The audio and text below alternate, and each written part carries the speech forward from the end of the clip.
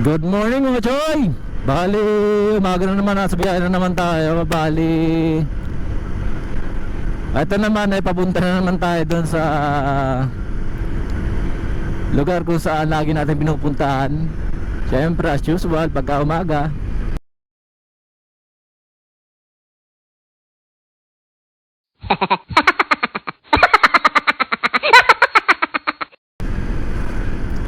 Isasabay na lang din natin yung pag-vlog natin. Kapit lang mga choy kasi para makita nyo yung sitwasyon ngayon dito sa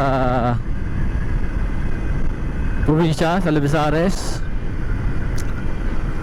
In case na dumaan kayo dito. Pero bago natin umpisahan yung vlog natin mga choy, ipasok ang intro!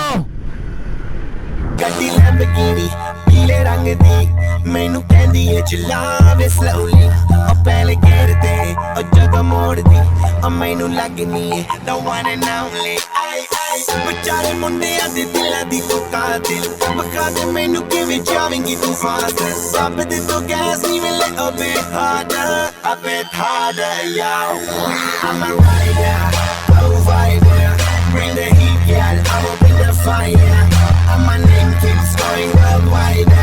So my job is to satisfy.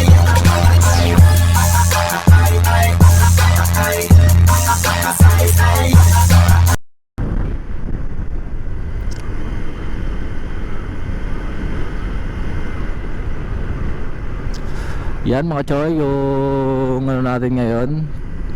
Tema natin ngayon nasa saan barangay ba tayo? Galing tayo Barangay Libertad ng Labezares at dito na tayo sa may Barangay MacArthur. Approaching tayo ng Barangay San Miguel, kung saan dito yung papasok ng Barbaybay mga choy. In case na papasyal kayo dito sa Barbaybay, dito lang naman yung daanan mga choy. Pagkadating niyo dito sa Barangay San Miguel ng Labezares, paglampas lang ng tulay, kakanan kayo dito sa may simbahan nila. Yun, diretso na ng Labaybay yun mga choy. Dalawa kasi yung diversion dito mga choy. Bali yung San Miguel at saka doon sa Ordaneta, yung daanan yung Barbaybay Boulevard. Eto, pagkalabas ng tulay, kakanan tayo dito mga choy. Ayan o. In case lang naman mapunta kayo, kasi dinarayo rin yung Barbaybay, kasi lalo na dyan yung daanan papunta beaches dito sa Samar. Pasil lang kayo mga choy.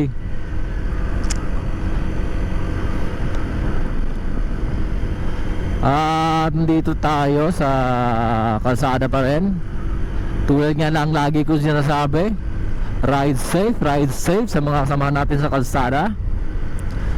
Always wear your helmet kahit na hindi mahigpit. Kahit na hindi mahigpit dito sa Samar, mag-helmet tayo mga choy, kasi para din naman sa kapakanan natin yun, for safety. Diba mga choy? Ayun, ang dami natin nakakasalubong na walang helmet. Kasi dati ganyan din naman ako nung nandito lang ako sa Samar nun. Pero nung nagdadrive na ako sa Maynila, eto na ginagawa ko. Lagi na ako naka-helmet hanggang sa pag-uwi ko dito. Dala ko na yung pagkahilig ko sa helmet. Lalo na kita-kita nyo naman, helmet natin, aray! Oh my God! Wow! Hindi pang pipitsuging helmet mga choy, no? Kala mo naman, Boss Lex. So weird. So mga choy, bali nasa ang tawag dito, ano ba tawag dito ng lugar na to? Dito sa may Barkig. Tama, Barkig. Dito tayo sa Barkig mga choy. At dito pwede na rin naman na pagpupunta kayo ng Barbaybay, pwede na rin naman dito kayo kumanan sa may elementary na Ordoneta, pwede na rin ito mga choy. Kahit na hindi na kayo pumunta doon sa may waiting shed. Ito ayun yung school pwede na kayong kumanan dyan. Diretso na ng pagka dating nyo sa dulo, kakanan kayo ulit. Tapos diretso na ng Barbeba yun. Pag lumampas naman kayo, halimbawa nakalimutan yung kumanan, pwede rin naman kayo kumanan dito sa kabila. Pwede rito, pwede dito sa waiting shed na to. Ito mga choy, ito ayun kaya papasok din sa Barbeba yan. Wala nang ibang tagusan dito, dyan lang talaga. So mga choy, ride safe. Chill ride din tayo mga choy. Sabi nga ng mga nakaraang vlog natin, hindi tayo pwede magpatakbo ng mabilis. Maximum na natin 59 o umabot man tayo ng 60. Pero hindi na tayo lalampas doon mga choy. Kasi bakit? Nagpo-break in pa rin tayo hanggang ngayon. Kaya nung pumunta tayo ng San Roque doon sa Alico, siguro nadagdag lang siguro 200 o 300 kilometer odo. Kaya yung takbo natin ngayon, yung odo natin ngayon 1,373 pa lang. Dapat kasi umabot tayo ng 3,000 para doon na tayo bumakbak.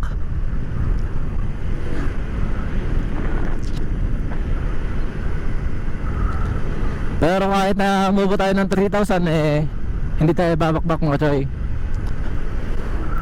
Hindi na tayo katulad ng dati na wala pa tayong iniisip kundi sarili lang natin. Yeah. Ayaw, lima. So shoutout sa mga subscriber natin dito sa BBC Mais, sa mga estudyante dito. Kahapon walang school kaya ito nagsipasukan na ngayon. Shoutout lalo na sa mga kukuha na mahagip sa camera natin. Malapit na tayo mga choice dito sa may traffic.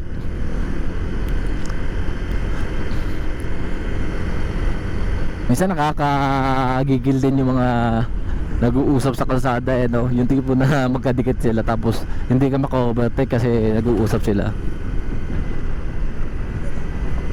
Ilugar natin yung pag-uusap natin mga choy, yung oras natin dyan. Madulas yan mga choy pagka may slide tayo dyan sa lupa na nahuhulog dyan sa may, sa may truck na yan. Kakaliwa. Shoutout. Doon na.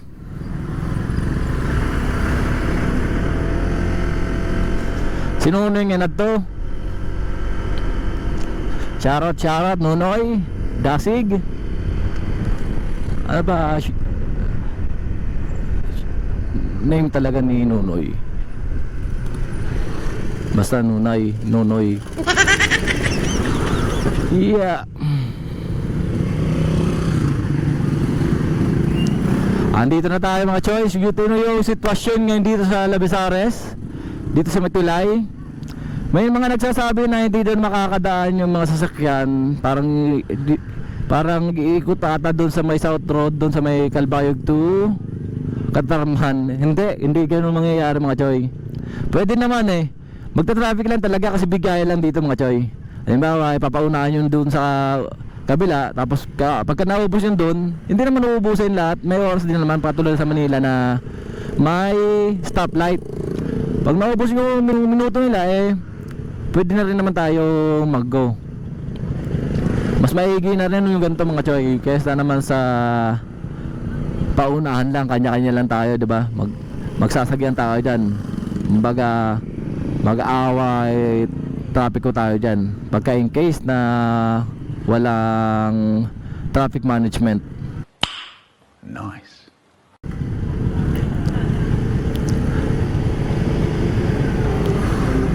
Medyo matagal lang talaga kasi pagkadating natin dito, siguro kaka red light lang. Yun. Kasi pagka umaga mga choy, ganito talaga pagka umaga kasi pasukan. Sabi ko nga pagpasukan maraming naka red light, green light na. Daming pumapasok at syempre pagka-uwian kasi marami ding umuwi. Pero mas nakakapagtaka mas maraming umuwi kaysa sa mga pumapasok. What? Kung marami to dito mga choy, mas marami to dito pagka pauwian.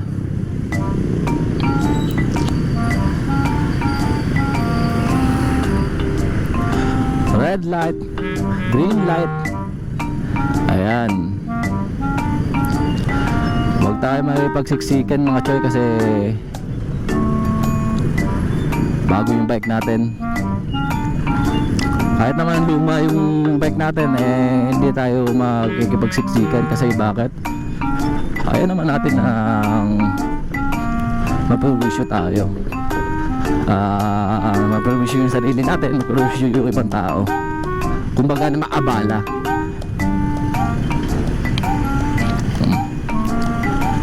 Sandaan lang tayo, chill ride lang tayo mga choy. Pagka dito tayo mga choy sa banda dito dapat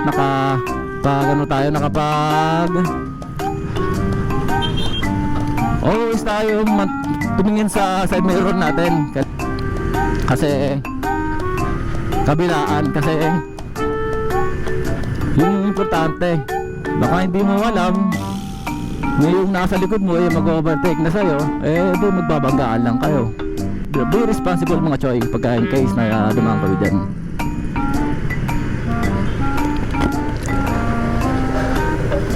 Nasa gitna na tayo ng bayan.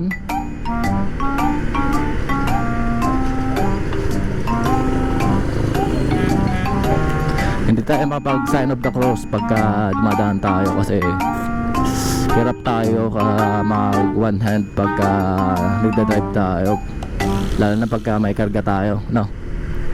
Kaya pwede naman na tipo na respeto, nadadaan tayo sa simbahan.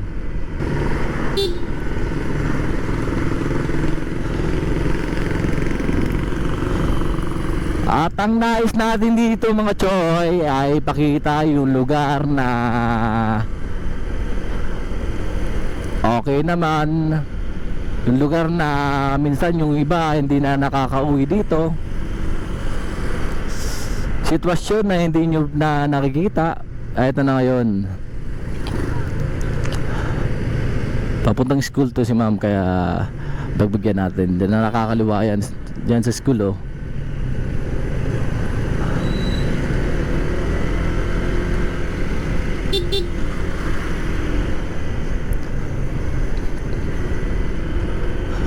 Yeah, okay. Labas na tayo ng traffic. Tuloy-tuloy na tayo.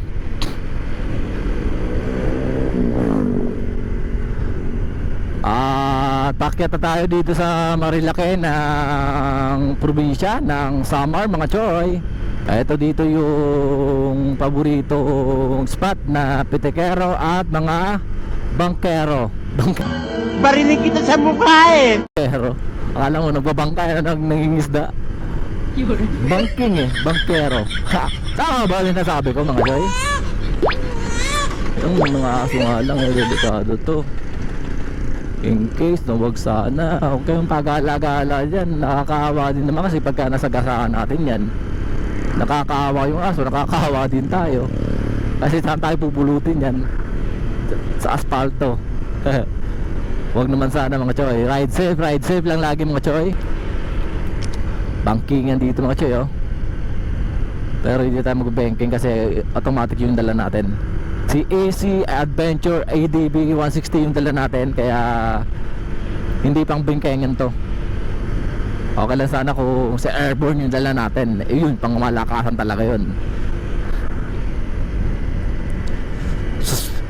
Sumasabit yung tuhod natin to pagka pagka nababanking tayo Hindi lang tuhod, siko pa kamo.